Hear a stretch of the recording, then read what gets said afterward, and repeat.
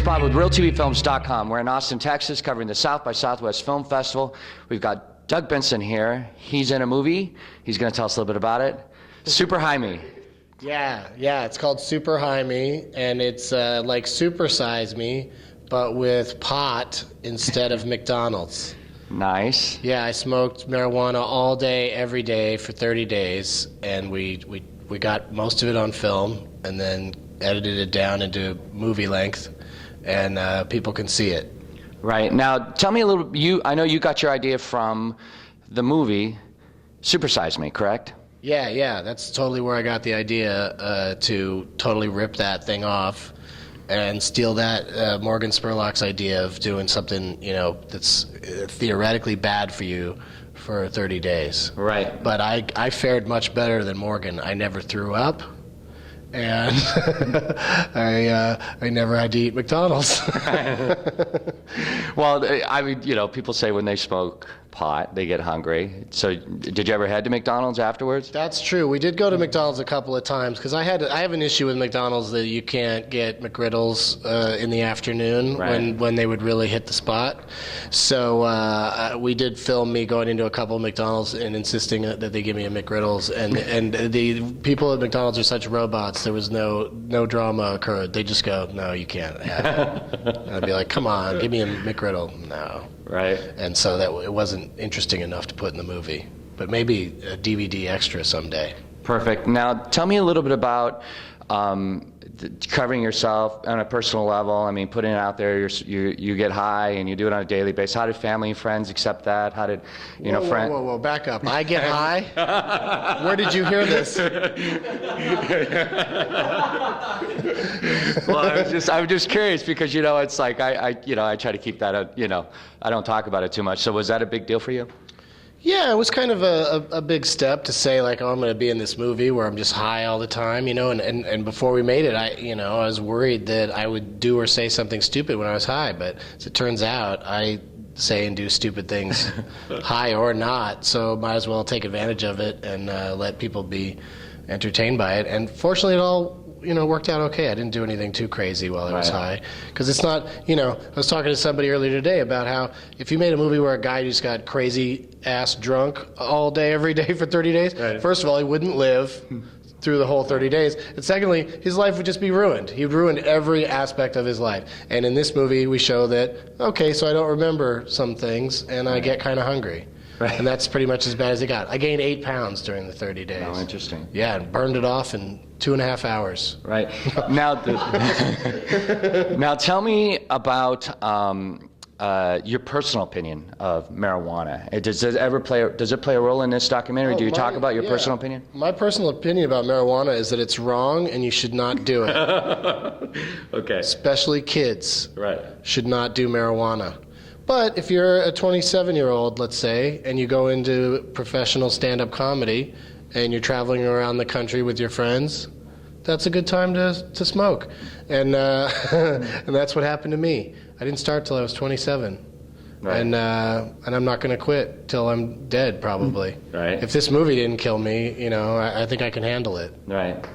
So your opinion of marijuana is that it's not really a... there are worse things in this world that you can get attached to. I totally didn't answer your question the last time. Did you forget what it was? You just put the mic in my face and I talked for a while, and then you're like, no, but the question is,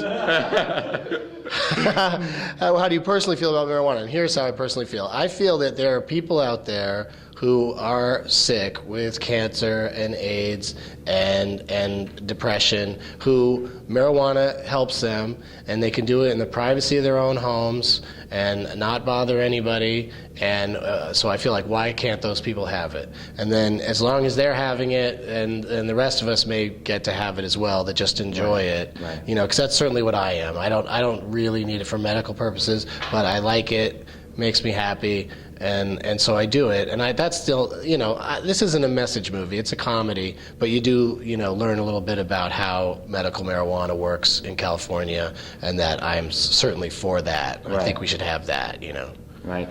Now, marijuana affects people differently, right? You hear that there's a side that makes them happy, they can function normally, no problem. And then there's the paranoia side, where someone smokes. So tell me a little bit about that. How does that affect you? I get a little paranoid, but it's more like reasonable paranoid. Like if you're driving down the street and there's a cop behind you, even when you're not high, you're like, oh, something's about to go down if I'm not careful, you know. So I don't get the paranoia that much, and that's why I still do it. Like I have lots of friends that are like, oh, one time I smoked some really strong weed, and I got so paranoid and freaked out that I decided to never smoke again. And you know, there's a part of me that kind of wishes that would happen to me because it would save me a lot of money to not smoke anymore, and a lot of aggravation, you know, because you do worry about you know, laws and whatnot. But it hasn't happened to me. I don't get paranoid, so works out okay, I guess. Right. Now, the gentleman that did Super Size Me is actually in another film here at South by Southwest. Have you guys crossed paths? I've not seen the Spurlock, and I have not felt his wrath. But I assume he'll think it's funny. I don't think he'll have a problem with it because he seems like a really nice guy. And I'm just now going to go into the business of ripping him off at every turn because his next movie's called Where in the Hell is Osama Bin Laden? Yeah, and I'm going to do a movie called Where is Osama Bin Laden with My Weed? And it's going to be all about how Osama Bin Laden has my weed in his beard. And I got to find him and get it back. Right. That sounds good. Maybe next year, right? Yeah, because I mean, he's spending all his time hiding out in caves. You know, he's getting high. Right. Now, tell me a little bit about this film and getting here at South by Southwest. Was that important for you? Super important for me and the movie because South by Southwest is a really awesome festival. This is my first time here, but I've heard about it over the years, and my experiences so far have been, you know, really great. So what was the question? About, did you pick this festival specifically, or was it just one in a number of ones that you're going to try to get to? It's kind of a two-way street. They picked us and we picked them. Like it seemed like a perfect match, you know, like when they expressed interest or when we asked them if they were interested. I forget which happened first, but whichever it was, you know, everyone got excited and it came together pretty nicely. Like it's a really... It's a good place for this, you know, like a lot of those other like snooty film festivals, you know, where people have to stand in the cold. Ooh, I'm not going to name any specific ones, but we have to stand in the cold and like Tribeca.